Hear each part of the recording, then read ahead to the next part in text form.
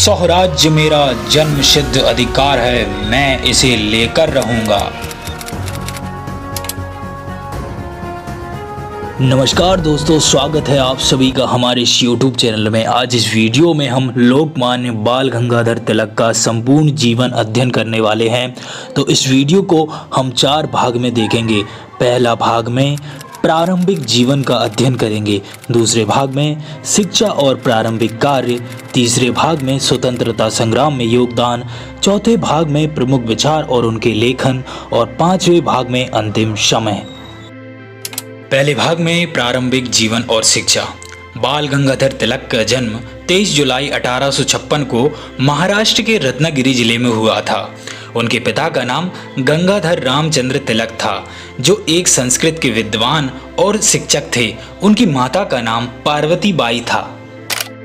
लोकमान्य बाल गंगाधर तिलक का बचपन सादगी और अनुशासन से भरा था। उनके परिवार में शिक्षा संस्कृति का गहरा महत्व था, इसलिए उन्हें बचपन से ही संस्कृत और मराठी साहित्य का अध्ययन कराया गया। बाल गंगाधर तिलक को पढ़ाई में विशेष रुचि थी और वे गणित और संस्कृत में निपुण थे। बाल गंगाधर तिलक की प्रारंभिक शिक्षा उनके घर पर ही हुई। बाद में उन्हें रत्नागिरी के स्थानीय स्कूल में दाखिल कराया गया। आगे की पढ़ाई के लिए उन्होंने पुणे के प्रसिद्ध डेक्कन कॉलेज में दाखिला लिया, जहां से उन्होंने 1877 में गणित में स्नातक की उपाधि प्राप्त की। इसके बाद उन्होंने कानून की पढ़ाई भी की, लेकिन उनकी रुचि समाज सेवा और देश की सेवा की ओर अधिक थी। प्रारंभिक जीवन से ही तिलक में देशभक्ति और समाज सुधार की भावना प्रबल थी। उन्होंने देखा कि भारतीय समाज में अंग्रेजों के अत्याचार और अन्याय के खिलाफ कोई ठोस कदम नहीं उठाया जा रहा था। इसी भावना ने उन्हें स्वतंत्रता संग्राम में सक्रिय भागीदारी की ओर प्रेरित किया। बाल गंगाधर तिलक भारतीय स्वतंत्रता संग्राम के अग्रगणी और प्रभावशाली नेता थे। उन्होंने भारतीय जनमानस में राष्ट्रीयता की भावना को प्रबल करने और ब्रिटिश शासन के खिलाफ जन आंदोलन खड़ा करने में अहम भूमिका निभाई। तिलक को लोकमान्य की उपाधि दी गई, जिसका अर्थ होता है जनता द्वारा सम्मानित। इसलिए इन्हें लोकमान्य बाल गंगाधर तिलक भी कहा जाता है। तिलक ने भारतीय जनता में स्वराज यानी स्वशासन की भावना को प्रबल किया। उनका प्रसिद्ध नारा, जो आज भी हमें उनकी याद दिलाता है, स्वराज्य मेरा जन्मसिद्ध अधिकार है और मैं इसे लेकर रहूँगा, भारतीय स्वतंत्रता संग्राम के लिए प्रेरणा स्रोत बना। यह नारा ब्रिटिश सत्ता के खिलाफ जनता में क्रांतिकारी जोश को जगाने के लिए था। तिलक ने 1893 में गणेश उत्सव और 1895 में शिवाजी उत्सव की शुरुआत की। इन उत्सवों के माध्यम से उन्होंने लोगों को एकजुट किया और भारतीय संस्कृति और इतिहास का सम्मान बढ़ाया।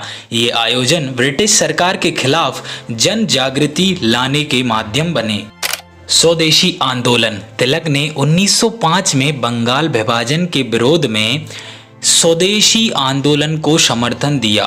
उन्होंने विदेशी वस्त्रों का बहिष्कार करने और भारतीय उत्पादों को अपनाने का आह्वान किया। तिलक का मानना था कि आर्थिक स्वाधीनता के बिना राजनीतिक स्वतंत्रता असंभव है। बाल गंगाधर तिलक अखबार केसरी और मराठा।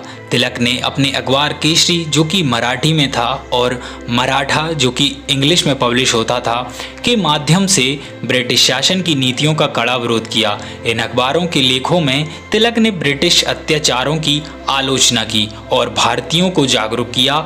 उनके लेखों ने स्वतंत्रता संग्राम में महत्वपूर्ण भूमिका निभाई। अब देखते हैं बाल गंगाधर तिलक जी की कारावास और संघर्ष। तिलक को 1908 में ब्रिटिश सरकार ने राजद्रोह के आरोप में गिरफ्तार कर बर्मा, जो कि अब म्यांमार में स्थित है, के मांडले जेल में 6 साल की सजा सुनाई। जेल में रहते हुए उन्होंने प्रसिद्ध पुस्तक गीता रहस्य लिखी, जिसमें उन्होंने भागवत गीता के कर्मयोग के सिद्धांत को जीवन में अपनाने की प्रेरणा दी। गंगाधर तिलक महात्मा गांधी से भेंट।